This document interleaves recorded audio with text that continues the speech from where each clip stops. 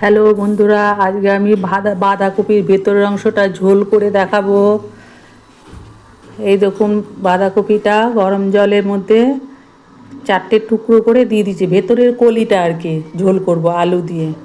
দেখতে থাকুন আপনারা। এই সেদ্ধ হয়ে গেছে, সেদ্ধ করে নামিয়ে নেব। 10 মিনিটের মতন দেবেন, তাহলে সব আলু আর বাঁধাকপিগুলো সেদ্ধ হয়ে যাবে। এবার আমি একটু ময়দা নিয়েছি, ওর মধ্যে একটু নুন হলুদ দিয়ে জল দিয়ে গুলে নিলাম। কড়াইতে তেল দিয়ে মাখিয়ে মাখিয়ে কড়াইতে দিয়ে দিচ্ছি। এগুলোকে একটু ভাজা করে নেব।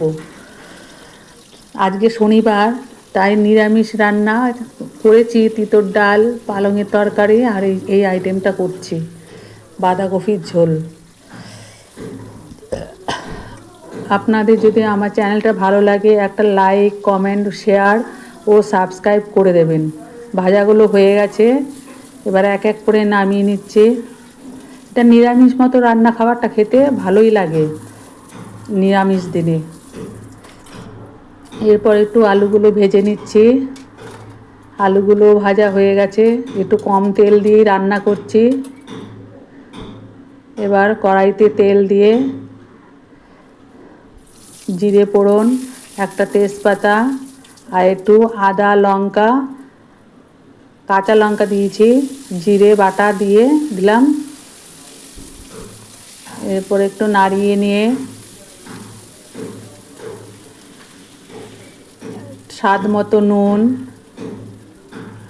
আর একটু হলুদ দিয়ে দিলাম। দিয়ে পাকা টমেটোগুলো কেটে দিয়ে দিয়েছি। ভালো করে কষিয়ে, মশলাটা কষিয়ে, আলু দিয়ে আর একটুখানি কষিয়ে, এবার আমি গরম জল করে রেখেছি, একটু গরম জল দিয়ে দেবো যেন তাড়াতাড়ি তরকারিটা হয়ে যায়। এই দেখুন, গরম জল দিয়ে দিলাম।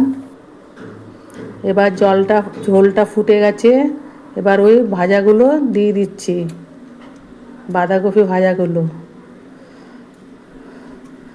ভালো করে ফুটে গেছে, এবার এর মধ্যে আমি একটু চিনি দিয়ে দিচ্ছি। নিরামিষ রান্না তো একটু চিনি দিলে ভালো লাগে। চিনি দিয়ে এবার একটু ঘি ছড়িয়ে দিয়েছি,